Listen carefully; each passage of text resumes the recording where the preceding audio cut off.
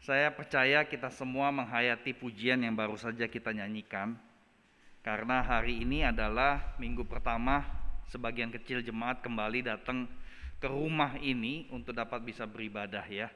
Dan tentu kita tetap bersyukur karena kita hidup di dalam zaman di mana teman-teman kita yang di rumah tetap bisa beribadah melalui koneksi internet dan sebagainya. Dan biarlah apa yang baru saja kita nyanyikan boleh menolong kita siap masuk ke dalam firman Tuhan hari ini, yang memang isi firman Tuhan dari Mazmur 22 ada kaitannya dengan tangisan. Jadi apa yang baru saja kita nyanyikan bahwa Bapa itu mengerti tangisan kita akan nampak di dalam Mazmur 22. Oleh karena itu Bapak Ibu Saudara yang terkasih, semoga apa yang akan kita renungkan ini bisa menguatkan kita semua dalam menghadapi apa yang ada di depan kita ya. Banyak berita kan tetap kita was-was ya. Desember datang liburan lagi, apakah bakal ada kejadian gelombang ketiga dan sebagainya, itu selalu jadi berita-berita yang bikin deg-degan dan sebagainya. Nah Bapak Ibu Saudara yang terkasih, tema yang diberikan kepada saya seperti yang ada di slide, Allahku, Allahku, mengapa engkau meninggalkan aku? Saya menduga pertanyaan seperti ini mungkin muncul dalam hidup Bapak Ibu dalam 1 sampai 1,5 tahun belakangan ini. Nah, ada satu peristiwa di awal tahun 2021 di mana saya berinteraksi dengan seorang yang bantu instalasi internet di rumah kami yang dulu di Cipedak, Jakarta Selatan. Jadi ia adalah seorang agen My Republic Internet Provider yang menolong instalasi tersebut. Tapi sekarang kami udah pindah ke BSD. Tapi pada waktu itu di awal 2021, Bapak ini WA saya untuk pinjem uang. Nggak besar, Rp250.000.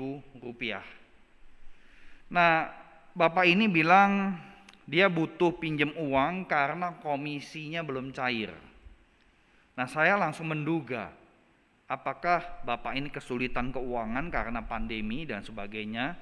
Ya, karena kan untuk instalasi internet mesti datang ke rumah dan nggak bisa berkunjung ke rumah sehingga habislah kerjaannya seperti itu. Nah, waktu Bapak ini WA, saya tahu dia orang Kristen karena namanya Eben Ezer. Nah, jadi setelah beberapa siklus dialog lewat WA, akhirnya saya transfer Rp250.000 dan tentu uangnya tidak kembali sampai hari ini. Dan memang saya tidak expect uang itu balik dan saya tidak mendesak. Nah, Bapak ini masih WA saya. Tiap hari kasih renungan, kasih video Kristen dan sebagainya. Tapi saya udah nggak tanyain lagi, Pak kapan mau transfer balik Rp250.000. Nah, saya menduga Bapak ini mengalami dan kemudian bertanya seperti pertanyaan tipe-tipe yang seperti di tema kita hari ini. Tuhan, kenapa engkau biarkan saya malu pinjam uang? Cuma Rp250.000, tidak besar. Nah, saya menduga dia sudah kesulitan, mepet mungkin untuk urusan makan, rumah tangga dan sebagainya, saya nggak tahu. Saya tidak tanya lebih detail lagi. Nah Bapak Ibu Saudara yang terkasih, saya tidak tahu berapa banyak dari Anda yang sempat bertanya pertanyaan tipe seperti ini. Tuhan kenapa sih susah banget? Ya, saya juga udah mendengar banyak sekali lah. Ada yang udah dipotong gaji, ada yang dirumahkan, macam-macam berita yang kita dengarkan. Tetapi saya juga mendengar ada orang-orang Kristen yang usahanya omsetnya malah naiknya luar biasa. Ya. Nah, cuma nggak tahu bagaimana mengelola berkat seperti itu. Nah, yang jelas kalau saudara dan saya bertanya pertanyaan seperti ini, Tuhan, kenapa engkau meninggalkan saya? Kenapa engkau tidak kasih saya jalan keluar, solusi, pertolongan dan sebagainya? Kalau Anda bertanya seperti itu, tentu Anda tidak sendirian. Kenapa saudara yang terkasih? Karena pertanyaan ini adalah tangisan yang juga dilontarkan oleh tokoh yang begitu besar dalam Alkitab, yaitu Daud di Perjanjian Lama dan Tuhan kita sendiri di Perjanjian Baru, Tuhan Yesus. Allahku, Allahku, mengapa engkau meninggalkan aku? Mazmur 22 ayat 2a. Itu dikutip sama Tuhan Yesus di Matius 27 ayat 46. Eli, Eli, lama sabachthani. Sama artinya. Nah, Bapak Ibu saudara yang terkasih, apa makna tangisan Daud dan Tuhan kita Yesus Kristus? Nah, kita akan baca Mazmur 22 ayat 1 sampai 22.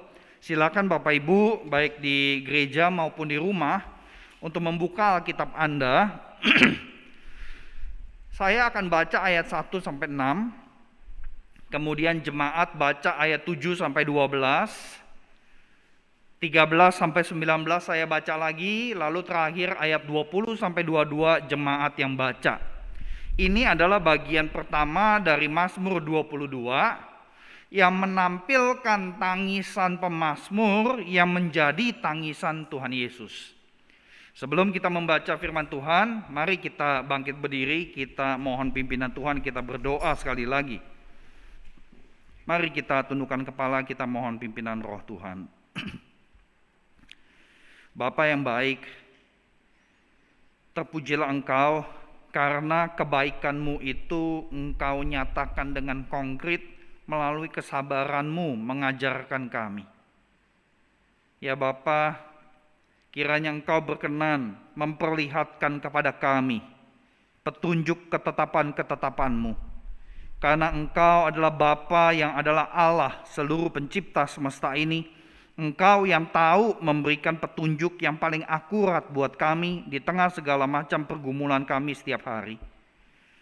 Tuhan, tunjukkan ketetapan-Mu itu supaya kami bisa memegangnya sampai kami ketemu dengan ajal kami.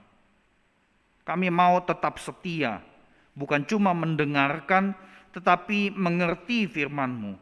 Oleh karena itu buatlah kami mengerti, supaya kami bisa pegang Taurat-Mu, ajaran-Mu, perintah-Mu di dalam keseharian kami. Kami mau memelihara semua ajaran itu dengan segenap hati. Tetapi kami tidak mau memelihara dalam arti menghafal saja. Kami mau memelihara dengan melakukan dan menghidupi apa yang Kau ajarkan.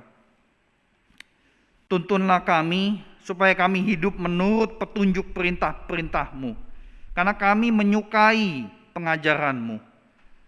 Oleh karena itu, tolong kami ya Tuhan, supaya kami tidak menjadi orang Kristen yang sekedar suka dengar khotbah, suka dengar seminar rohani. Kami mau ya Tuhan, hidup menurut petunjuk tersebut.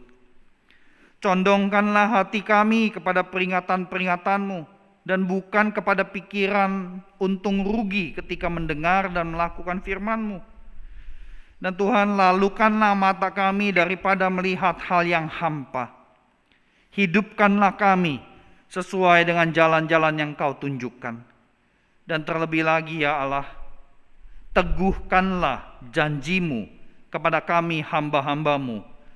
Dan kiranya Roh-Mu yang kudus meneguhkan semua janji itu, dan kami bisa merasakan dan mengalami janji itu ketika kami kembali mengurus rumah tangga, ketika kami kembali bekerja, ketika kami kembali melakukan rutinitas hidup setiap hari. Hidupkanlah kami seturut dengan perintah, ketetapan, ajaran, dan juga tuntunan-Mu. Tuhan, dengar seru doa kami, karena kami rindu bukan hanya untuk mendengarkan Engkau, tetapi sungguh memiliki relasi intim untuk menyambut firman-Mu yang akan Kau katakan. Dalam nama Tuhan Yesus kami berdoa dan kami percaya. Semua katakan amin. Mazmur 22 ayat 1 sampai 6 saya baca, ayat 7 sampai 12 jemaat, kemudian jemaat loncat ayat 20 sampai 22. Setelah saya baca ayat 13 sampai 19. Demikian firman Tuhan. Untuk pemimpin biduan menurut lagu Rusa di Kala Fajar, Mazmur Daud. Allahku, Allahku, mengapa Engkau meninggalkan aku? Aku berseru, tetapi Engkau tetap jauh dan tidak menolong aku. Allahku, Aku berseru-seru pada waktu siang tetapi engkau tidak menjawab.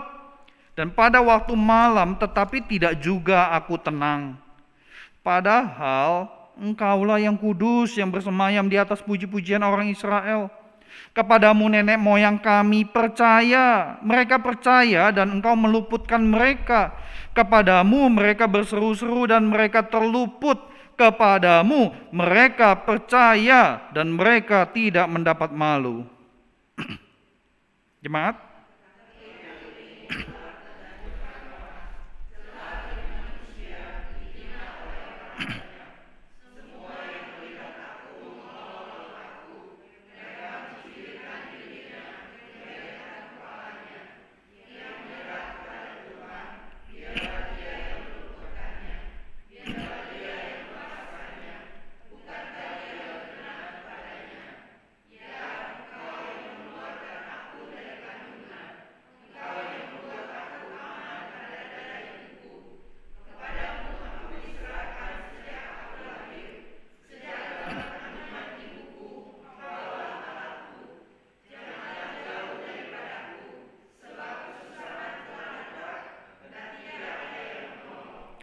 banyak lembu jantan mengerumuni aku, banteng-banteng dari Basan mengepung aku. Mereka mengangakkan mulutnya terhadap aku seperti singa yang menerkam dan mengaum. Seperti air aku tercurah dan segala tulangku terlepas dari sendinya. Hatiku menjadi seperti lilin, hancur luluh di dalam dadaku. Kekuatanku kering seperti beling, lidahku melekat pada langit-langit mulutku, dan dalam debu maut kau letakkan aku. Sebab anjing-anjing mengerumuni aku, gerombolan penjahat mengepung aku, mereka menusuk tangan dan kakiku. Segala tulangku dapat kuhitung, mereka menonton, mereka memandangi aku. Mereka membagi-bagi pakaianku di antara mereka dan mereka membuang undi atas jubahku.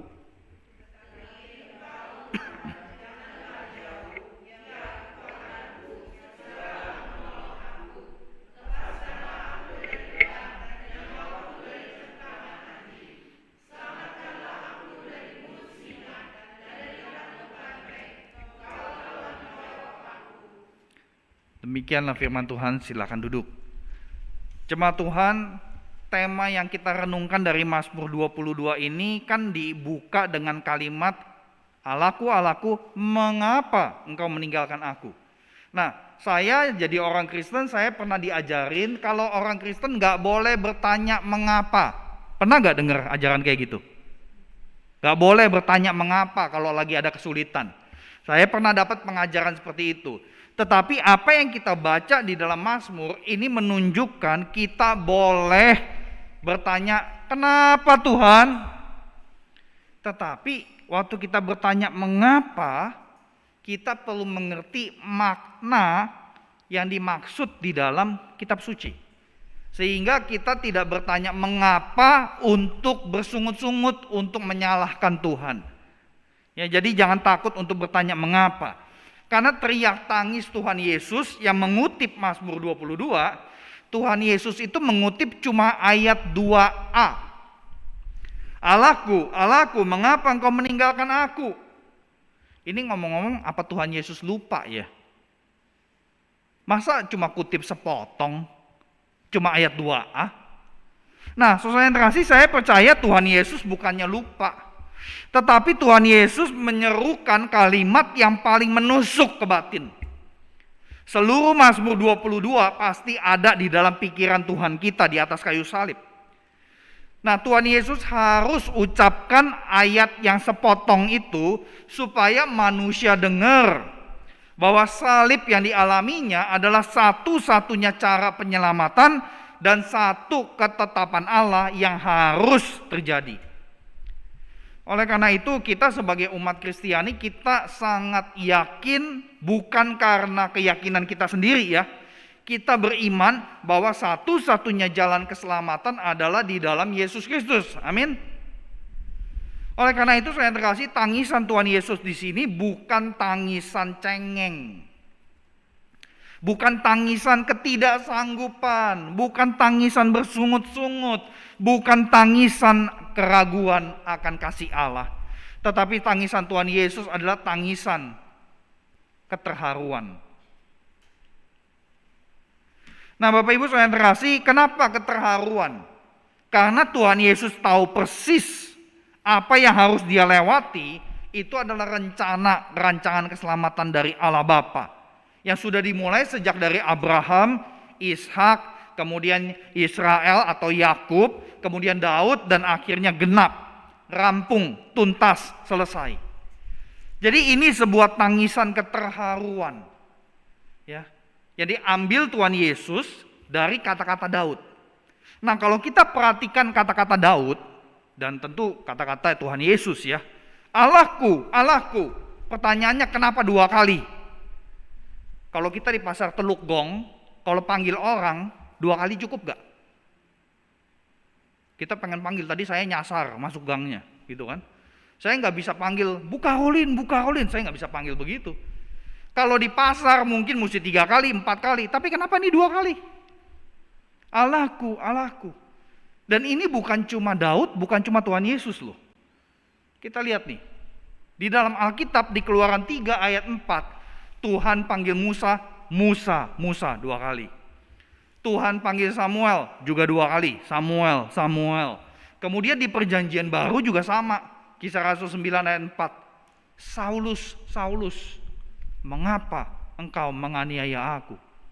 Nah, saudara yang terkasih, kenapa 2 kali? Karena ini adalah panggilan kasih sayang. Itulah kenapa saya sebut tangisan ini adalah tangisan keterharuan. Tangisan karena ada relasi yang mengasihi, saudara yang terkasih. Jadi ini cara menangis dengan memanggil Allah 2 kali secara implisit menandai bahwa tangisan ini bukan tangisan bersungut-sungut menyalahkan Allah, tetapi tangisan di dalam iman. Dia yakin Allah adalah Allah yang mengasihi dia, sehingga dia panggil nama Allah 2 kali.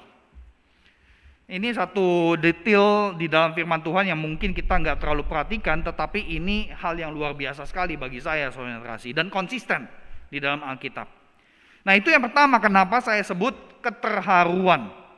Nah, saudara yang terkasih, saya sebut ini tangisan keterharuan karena kalau kita perhatikan Mazmur 22 ayat 2-6, isinya bukan cuma tangisan, tetapi isinya juga ada ungkapan iman.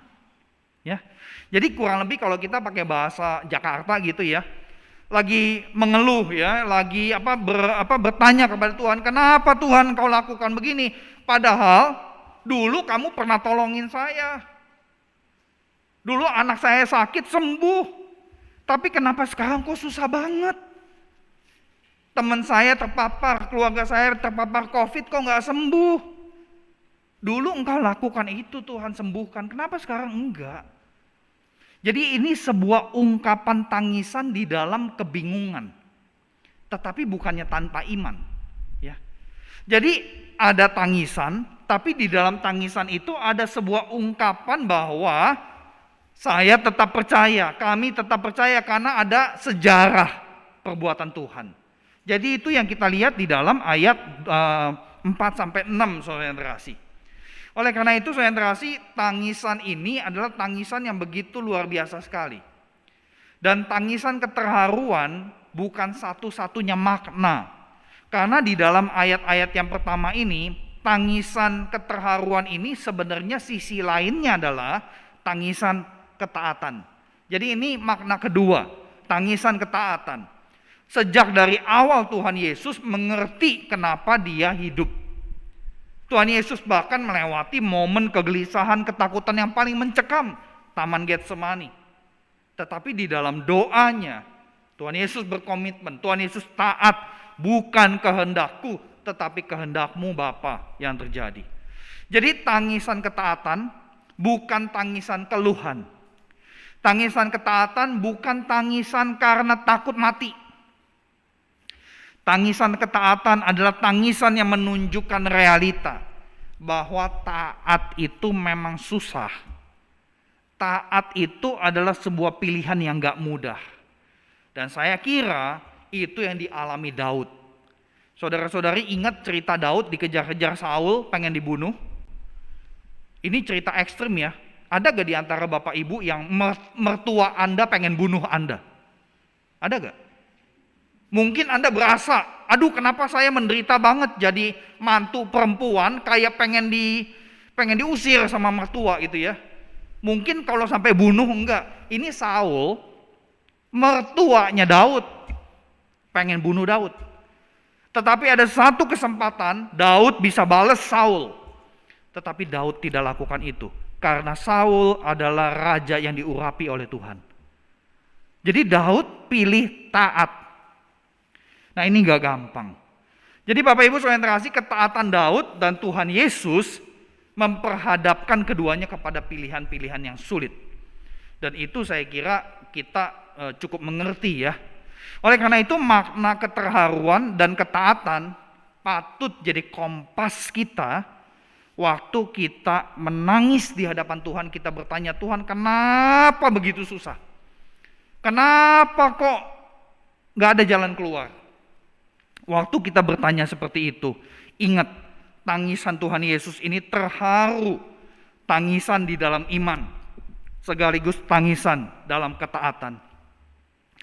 Oleh karena itu menurut saya saudara tidak salah kalau di dalam masa-masa yang sudah lewat, Anda sering bertanya, Tuhan kenapa sih? Kenapa sih anak saya kok gak mau dengerin saya? Ini kita orang tua juga susah, kenapa anak tuh gak mau ngertiin sih? Ya. Dan banyaklah pertanyaan mengapa saudara yang terkasih. Saudara tidak salah bertanya mengapa Tuhan belum buka pintu, tidak tunjukkan solusi, belum buka jalan dan sebagainya. Mengapa Tuhan? Pertanyaan ini tidak selalu menandai kurangnya iman. Jadi jangan dikecoh dengan rasa bersalah yang palsu. Ya, kita kadang-kadang suka dikunci dengan rasa bersalah yang palsu. Kita bertanya mengapa, kita merasa bersalah. Lu saya kok nggak beriman banget, kenapa mesti nanya mengapa? Banyak yang mengajarkan tanyanya apa? Tuhan, apa maksudmu? Ya sebenarnya mirip juga ya. Mengapa sama aja gitu kan. Tapi intinya saudara yang terkasih, pertanyaan mengapa perlu kita tanyakan kepada Tuhan di dalam segala macam tangisan dan pergumulan kita. Justru bukan karena kita tidak beriman. Justru karena itulah wujud keteguhan iman kita. Makanya kita berani nanya, kenapa Tuhan? Berarti di dalam latar belakang batin kita, kita percaya Tuhan bakal dengerin. Tuhan gak akan tepis pertanyaan mengapa yang kita sedang tangisi itu, saudara yang terkasih. Oleh karena itu, mari jangan Anda terjebak dengan perasaan bersalah karena merasa tidak boleh bertanya mengapa. Nah, tentu saudara-saudari dan saya perlu bisa bedain ya. Harus bisa bedain pertanyaan mengapa yang bersungut-sungut yang menyalahkan Tuhan dengan pertanyaan mengapa yang di dalam iman. Ini ada bedanya. Kalau pertanyaan mengapa yang bersungut-sungut, pokoknya semua pihak disalahin, yang benar dia. Tetapi kalau pertanyaan mengapa di dalam iman, dia beriman bahwa Tuhan akan berikan jalan keluar pada waktunya Tuhan dengan caranya Tuhan. Nah ini kan gak gampang. Jadi Bapak Ibu saudara yang terkasih, Daud dan Tuhan Yesus itu bisa bedain keduanya. Makanya di dalam ungkapan Mazmur 22 ada tangisan tapi juga ada ungkapan iman. Di dalam tangisan ada seruan kepercayaan yang tidak bikin mereka goyang. Nah kita bisa menyaksikan itu seperti yang tadi saya katakan ayat 4 itu sampai 6 itu kayak semacam tangisan kemudian beriman tetapi di dalam kebingungan. Ya, karena dulu Tuhan pernah tolongin, kenapa sekarang Tuhan gak tolongin? Jadi seakan-akan pengalaman tidak menjadi guru yang terbaik. Ya, kan kita suka ya istilah itu ya, pengalaman itu guru yang terbaik. Itu kan tunggu kita jatuh dalam salah, baru kita bisa ngomong begitu toh. Kalau bisa sih jangan jatuh dulu dalam salah. Ya, jadi saudara yang terkasih, mari kita belajar dari dua makna yang pertama ini. Nah, di dalam realita mungkin makna tangisan keterharuan sama tangisan ketaatan mungkin kita lebih sering bergumul dengan tangisan ketaatan. Ya, jadi ini satu hal yang saya kira di dalam realita bisa terjadi demikian.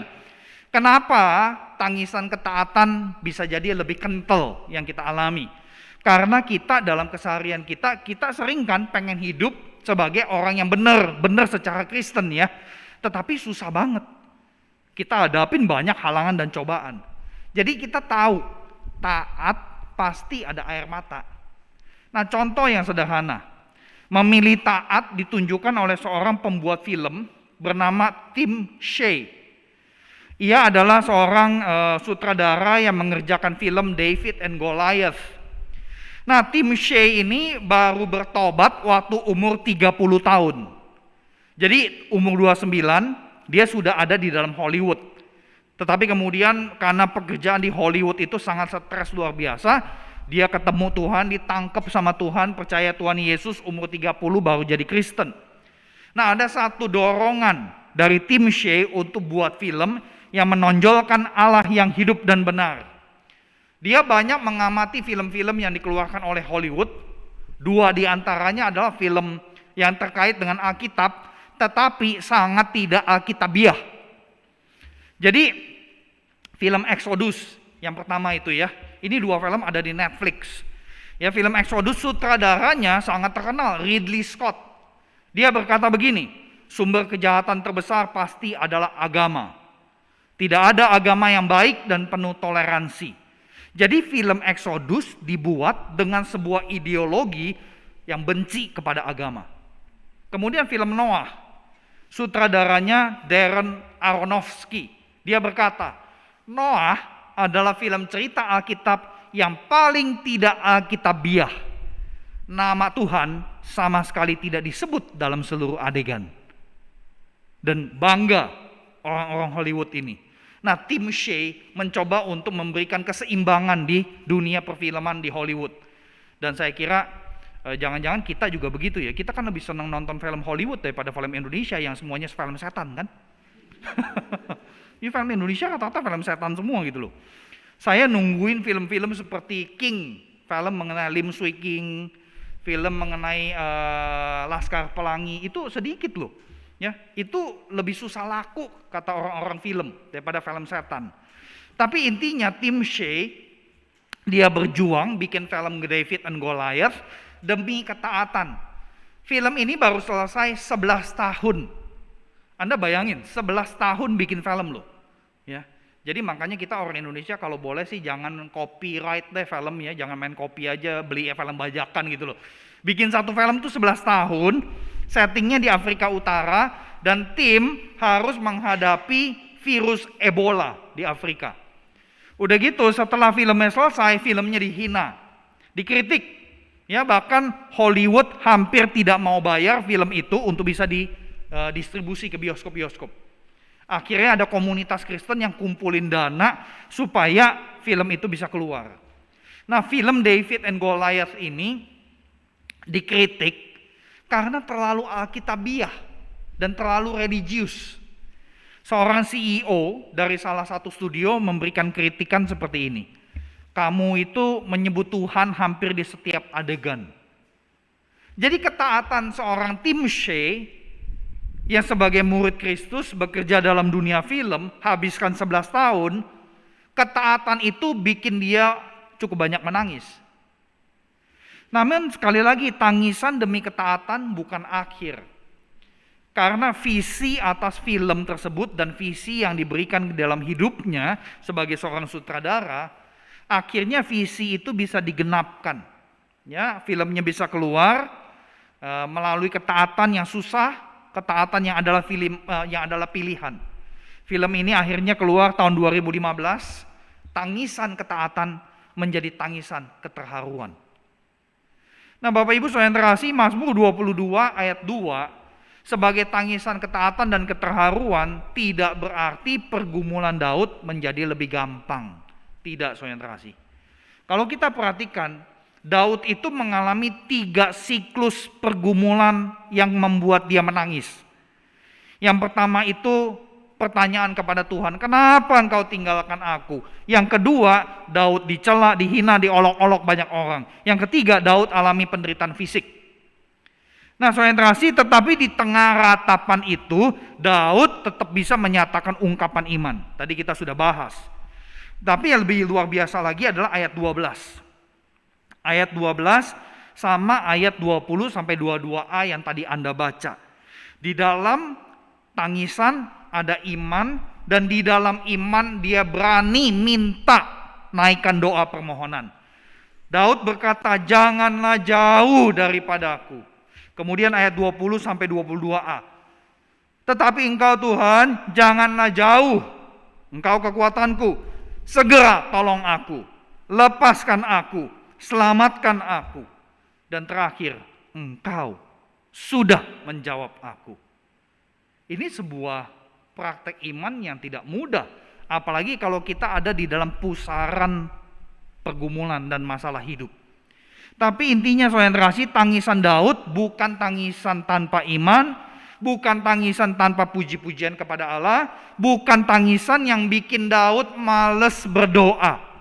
Saya banyak dengar cerita teman-teman Kristen, begitu ada pergumulan gak bisa berdoa. Nah, bagi saya gak bisa berdoa sama gak mau berdoa, ini beda. Kalau tidak mau berdoa di tengah pergumulan, ini ada masalah nih kekristenannya. Tetapi kalau nggak bisa berdoa, keluarin kata-kata, mungkin karena pergumulannya terlalu susah. Berarti satu praktek yang bisa kita lakukan, ya udah diem di hadapan Tuhan. Diam dan ketahuilah bahwa akulah Allah. Jadi diam di hadapan Tuhan adalah sebuah bahasa doa dengan tubuh kita. Dan kalau bisa diamnya sambil berlutut. Karena itu bahasa tubuh kita, saudara yang terkasih. Tapi intinya Daud menangis ini bukan tangisan tanpa jawaban. Karena ayat 22 bagian terakhir itu dia yakin engkau sudah menjawab aku. Jadi Tuhan Yesus pun mengungkapkan hal yang sama, saudara yang terkasih. Kalau nanti Anda baca Matius 27, Tuhan Yesus juga bertanya, Allahku, Allahku, mengapa engkau meninggalkan aku? Kemudian Tuhan Yesus juga mengalami tekanan batin, emosi, diludahin, dihina dan sebagainya. Kemudian Tuhan Yesus mengalami penderitaan fisik, dicambuk, disesah, berdarah-darah, dagingnya copot waktu dicambuk dan sebagainya, menderita luar biasa. Tetapi saudara yang terkasih, Tuhan Yesus tetap pilih taat. Jadi seluruh rangkaian tangisan Daud di Mazmur 22 secara misterius berisi nubuat yang kemudian dipakai Tuhan Yesus sebagai penggenapan rencana keselamatan Allah. Jadi waktu Daud menangis, Daud tidak tahu tangisannya bakal dipakai ribuan tahun ke depan oleh Tuhan Yesus. Daud nggak tahu. Tetapi karena tangisan itu dilakukan di dalam iman, Tuhan ubah tangisan itu menjadi tangisan yang menggenapkan kemenangan di atas kayu salib. Ini dahsyatnya firman Tuhan, saudara yang terkasih. Ini dahsyatnya tangisan yang dilakukan dengan iman. Jadi tangisan ini boleh dikatakan adalah sebagai tangisan kemenangan. Allah mengubah tangisan Daud menjadi tangisan Tuhan Yesus di atas kayu salib. Tangisan kemenangan. Bukan tangisan kekecewaan, bukan tangisan cengeng, bukan tangisan hanya karena sakit secara fisik, tetapi tangisan kemenangan. Bahkan di ayat 32 saudara yang terkasih, ini juga dikutip oleh Tuhan Yesus. Ayat 32 itu berkata demikian, mereka akan memberitakan keadilannya kepada bangsa yang akan lahir nanti. Jadi waktu Daud ngomong masa depan ya, waktu Tuhan Yesus ngomong, Tuhan Yesus mengklaim masa lalu. Kemudian kalimat terakhir, sebab ia telah melakukannya. Di dalam bahasa Yunani artinya it is finished. Tetelestai. It is finished. Itu kata-kata Tuhan Yesus yang ke-6 di atas kayu salib. Jadi saudara yang terkasih, ini tangisan kemenangan. Tangisan kemenangan seperti dialami oleh sepasang suami istri yang kami kenal. Ya, ada sepasang suami istri yang kami kenal, punya 3 orang anak. Anak sulung laki-laki akhirnya jadi dokter. Anak kedua wanita, anak ketiga wanita, tetapi anak ketiga yang bungsu tuli. budak. Waktu anak ketiga ini lahir, Pak Sutri ini, khususnya si bapak, si ayah, marah ke Tuhan. Apa-apaan sih? Kami kan doain anak ketiga ini supaya lahir sehat. Kenapa dikasih tuli? Ya, nggak ada orang tua di antara kita udah doain anak kita, kemudian anak kita lahir Down syndrome, anak kita lahir cacat, lalu kita nggak marah ke Tuhan. Itu kayaknya nggak manusiawi. Jadi ayah ini manusiawi, dia marah kepada Tuhan. Sempat beberapa tahun kemarahan itu menjadi sikap yang hampir meninggalkan Tuhan. Dia nggak mau ke gereja dan sebagainya. Tapi singkat cerita, bersyukur sekali ada satu acara ayah ini disentuh oleh kasih Tuhan. Dia sedang berlutut sama istrinya. Kemudian ada pendeta yang doain dia. Itu dia merasakan seperti ada Tuhan Yesus yang pegang kepala dia. Dia merasa seperti itu. Setelah itu dia balik ke gereja, dia balik ke Tuhan. Nah, tanpa diduga, anak perempuan yang bungsu, yang tuli ini, ternyata daya juangnya luar biasa dahsyat. Sehingga dia bisa punya prestasi yang tinggi. Dan akhirnya diberikan kewarganegaraan Singapura. Nah, saudara yang terkasih, Singapura itu negara kecil, tetapi powerful Bapak Ibu. Anda punya paspor Singapura, Anda ke Eropa nggak usah pakai visa, ke Amerika nggak usah pakai visa, mau kemanapun di seluruh dunia nggak usah pakai visa. Ya, jadi bukan cuma duitnya doang powerful, tetapi pasportnya powerful. Jadi waktu anak ini dikasih kewarganegaraan Singapura, orang tuanya, si bapak sama si ibu, Pak Sutri itu ditawarin, mau nggak pindah jadi Singaporean? Ya mau lah. Tinggal di Singapura begitu enak buat orang tua ya. Bersih, apa-apa tersedia, ya. Kalau hujan, semua jalanan trotoar itu dipasangin itu loh, kanopi, nggak kehujanan gitu kan. Itu di luar dugaan mereka. Anak ketiga yang tuli, yang di dalam pikiran orang Indonesia, tuli mau kawin sama siapa? Masa depannya bagaimana? Tapi Tuhan ubah tangisan itu menjadi tangisan kemenangan. Sebuah hal yang luar biasa sekali yang cuma bisa Tuhan yang kerjain. Tetapi jangan expect Tuhan lakukan hal yang sama kepada kita di dalam masalah-masalah kita yang berbeda-beda. Jadi saudara yang terkasih, wujud kemenangan ini yang kemudian diungkapkan lagi oleh Daud di ayat 23 sampai 25. Nah, tadi kita nggak baca, tetapi ayat 23 sampai ayat 32 ini adalah sebuah ungkapan yang menonjolkan kemenangan itu, diverbalkan, khususnya ayat 25.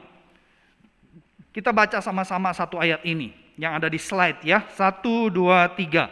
Sebab Allah tidak memandang hina ataupun merasa jijik kesengsaraan orang yang tertindas, dan Allah tidak menyembunyikan wajahnya kepada orang itu, dan Allah mendengar ketika orang itu berteriak minta tolong kepadanya. Luar biasa kan Allah kita. Dan ini diucapkan oleh Daud yang tadinya menangis, tetapi berubah menjadi tangisan kemenangan.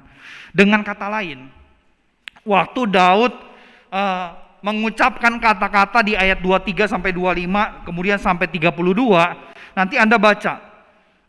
Ayat-ayat itu ngomongin segala ujung bumi, bangsa-bangsa. Berarti tangisan kemenangan yang diwujudkan lewat puji-pujian ternyata menjadi tangisan kesaksian. Ini aneh.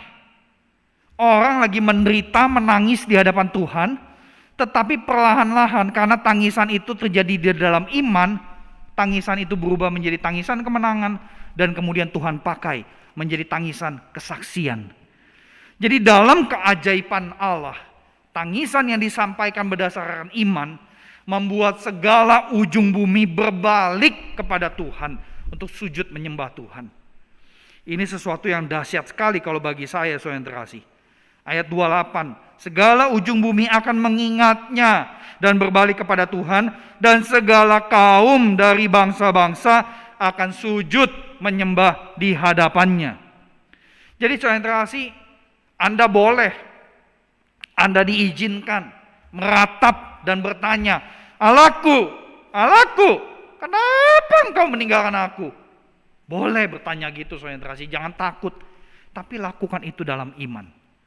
Lakukan itu bukan dengan mentalitas menyalahkan semua orang, menyalahkan semua situasi, yang benar dia sendiri. Nah, itu bertanya mengapa yang salah. Ya, tangisan dalam iman itu adalah mengingat perbuatan Allah yang pernah Anda alami. Jadi waktu Anda ditimpa musibah, masalah, jangan ragu bertanya dalam iman, mengapa ya Tuhan?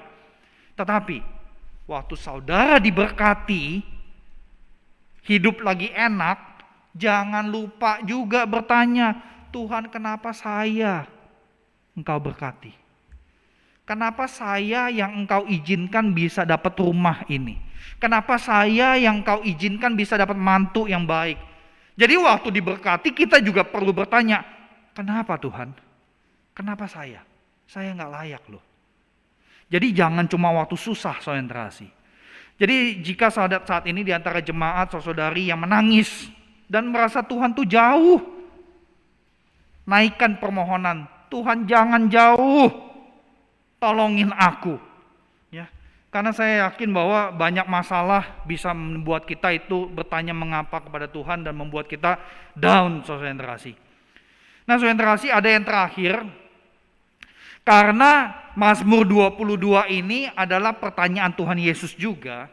Artinya sebelum kita menangis dan bertanya dalam iman kenapa Tuhan, sebelum kita bisa nanya itu, Tuhan Yesus udah ngerti kita bakal bertanya begitu di dalam pergumulan masalah kita. Jadi dengan kata lain, Tuhan Yesus itu Tuhan yang berempati di dalam tangisannya. Ini yang luar biasa dari Tuhan kita, saudara yang terkasih. Tuhan Yesus waktu bertanya, Allahku, Allahku, mengapa engkau meninggalkan aku? Seolah-olah Tuhan Yesus itu membahasakan pertanyaan batin kita. Orang-orang Kristen di sepanjang zaman, waktu menghadapi pergumulan, waktu menghadapi pilihan-pilihan yang susah untuk taat. Dengan kata lain, Mazmur 22 adalah tangisan kepedulian Allah. Jadi waktu Anda bertanya, mengapa Tuhan? Mengapa engkau meninggalkan aku? Itu artinya Anda ingat Tuhan itu peduli sama saya. Karena Tuhan Yesus sendiri pernah bertanya, mengapa? Jadi Bapak Ibu saudara yang terkasih, mari kita punya ekspektasi yang tepat ya dalam menantikan jawaban Tuhan. Kebanyakan dari kita orang Kristen ekspektasinya salah. Jangan punya ekspektasi yang salah, yaitu dapat jawaban instan. Tuhan kita nggak kerja dengan instan. Nah, tujuan tidak adanya solusi secara instan cuma satu sebenarnya, yaitu menguji apakah kita tetap percaya dan mengasihi Allah meski tidak nampak ada solusi. Kalau Allah selalu intervensi seketika ada masalah, maka iman dan kasih kita kepadanya bergantung pada hasil. Kalau ada hasil kita percaya, kalau nggak ada hasil kita nggak percaya. Makanya Tuhan nggak akan jawab secara instan. Ya. Nah, kadang-kadang Tuhan jawab secara instan, kadang-kadang ya. Contoh simpel lah, ini saya suka digodain sama jemaat waktu di Singapura ya.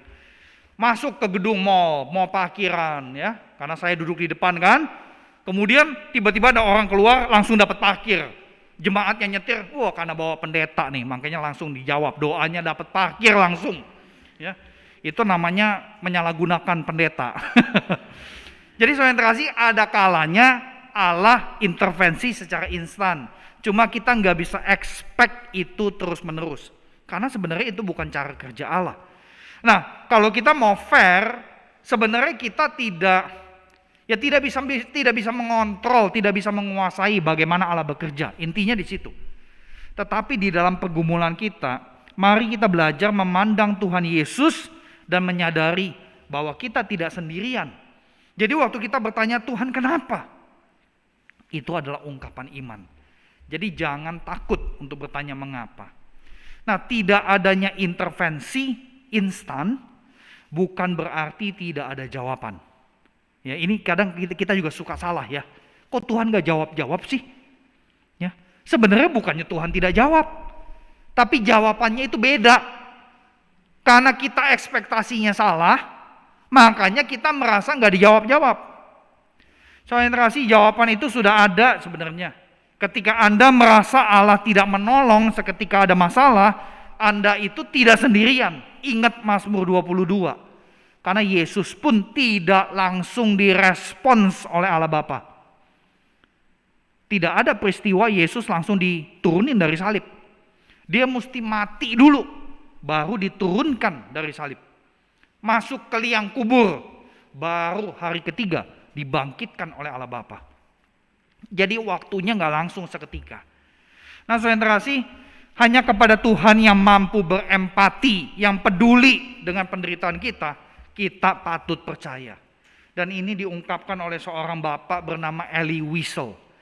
Ia adalah seorang yang bertahan ketika terjadi pembantaian orang Yahudi. Kurang lebih 6 juta orang Yahudi dibantai oleh Jerman yang dipimpin oleh Hitler pada waktu itu.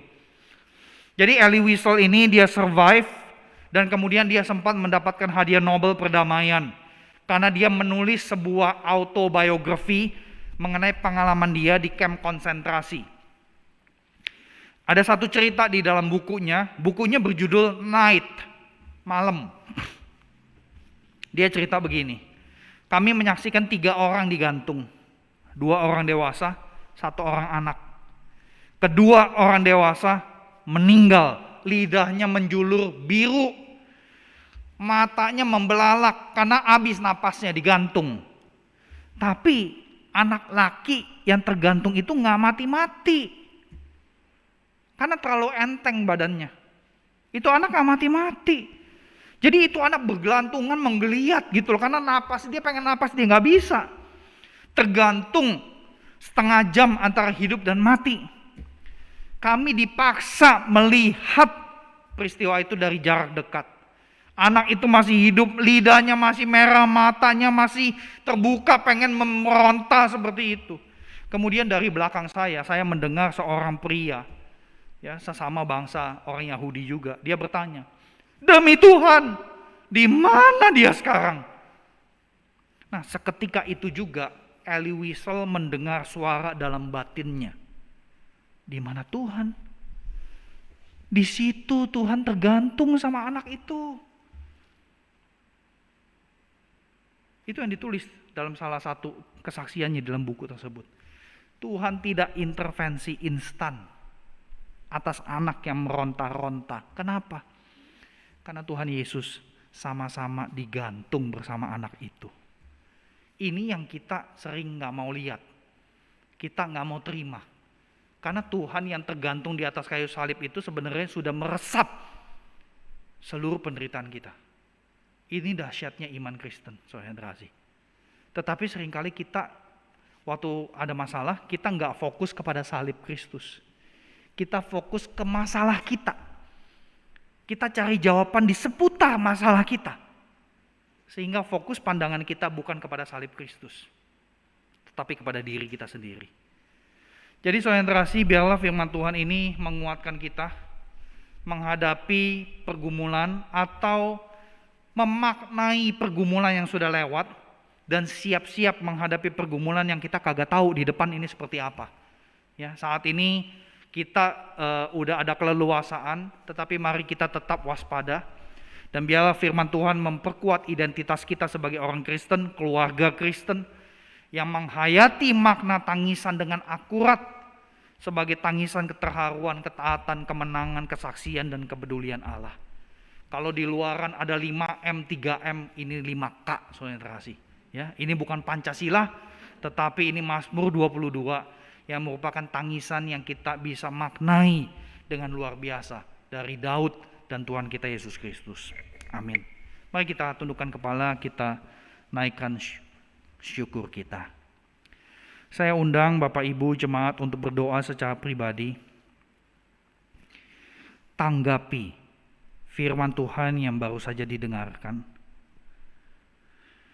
Apakah saudara sedang menangis karena ada pergumulan yang gak kelihatan ujungnya?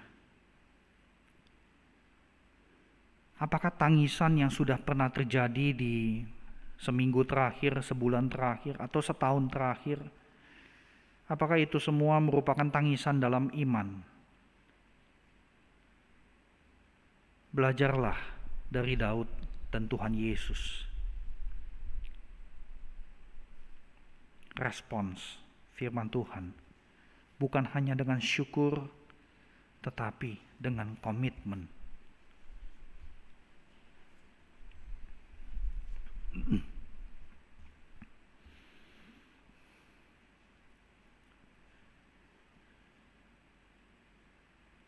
Segala kemuliaan kami kembalikan kepadamu, Bapa yang baik.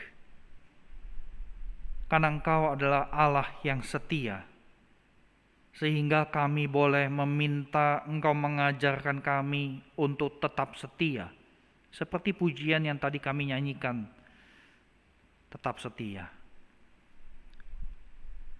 Bapa yang baik, terima kasih untuk kesabaran-Mu.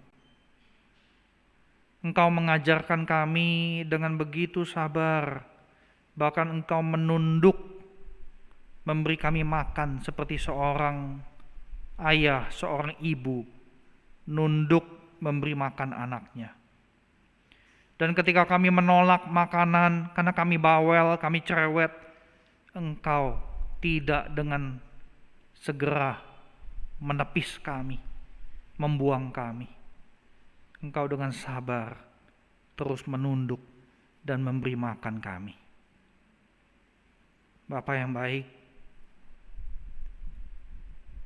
maafkan kami kalau di dalam keseharian kami bukan makanan dari tangan-Mu yang kami cari, tetapi makanan dari tangan-tangan yang lain yang kami cari. Tolong kami untuk dapat meresapi tangisan yang kami dengar di Mazmur 22 dan di mulut Tuhan kami, Tuhan Yesus Kristus. Dan ajarkan kami untuk fokus pandangan kami kepada Tuhan Yesus yang tergantung di atas kayu salib, tetapi kemudian bangkit dari lubang kubur. Artinya, tangisan kami pasti menjadi tangisan kemenangan selama kami menangis di dalam iman. Oleh karena itu ya Tuhan Yesus, kami meminta pertolongan-Mu. Engkau jaga jemaat ini yang baru minggu pertama melakukan ibadah onsite. Tuhan jaga rumah ini, rumah yang Engkau berkati, rumah yang Engkau berikan, yang Engkau anugerahkan, sehingga umat-Mu bisa berkumpul di rumah ini, menjadi umat yang terus belajar menghidupi identitas di tengah-tengah konteks hidup setiap hari. Tuhan mampukan supaya di dalam tangisan-tangisan yang terjadi di dalam keseharian, tangisan itu bukan hanya tangisan ketaatan yang berat, tetapi termasuk tangisan keterharuan. Dan mampukan kami untuk menangis dalam iman sehingga kami boleh melihat perubahan tangisan itu menjadi tangisan kemenangan. Bahkan lebih lagi, tangisan itu menjadi kesaksian. Dan tangisan itu menguatkan kami dengan dahsyat, membuat kami setia sampai kami mati, karena Engkau adalah Allah yang peduli kepada kami. Dengar seru doa kami ya Allah, dan kami meminta kiranya Roh Kudus-Mu yang boleh betul-betul mengukir seluruh firman ini dalam seluruh batin kami, sehingga hidup kami sebagai umat Kristen, kami memilih taat meskipun sulit, kami memilih setia meskipun tidak ada jawaban instan, dan kami memilih untuk berpengharapan di dalam Engkau yang adalah sumber segala pengharapan. Dengar seru doa kami. Dalam nama Tuhan Yesus, terima kasih. Amin.